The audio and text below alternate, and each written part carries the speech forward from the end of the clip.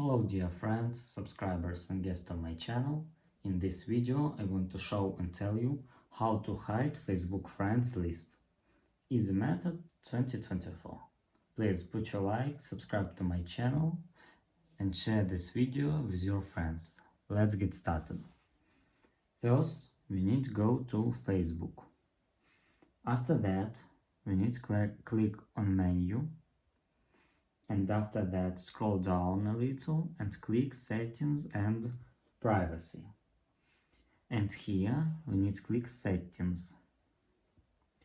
And here you need to scroll down again and click How people can find and contact you. And here we can set, for example, who can send your friend requests and who can see your friends list. For example, click Public, and here you can choose More, Specific Friends, Friends Except, and Just Friends.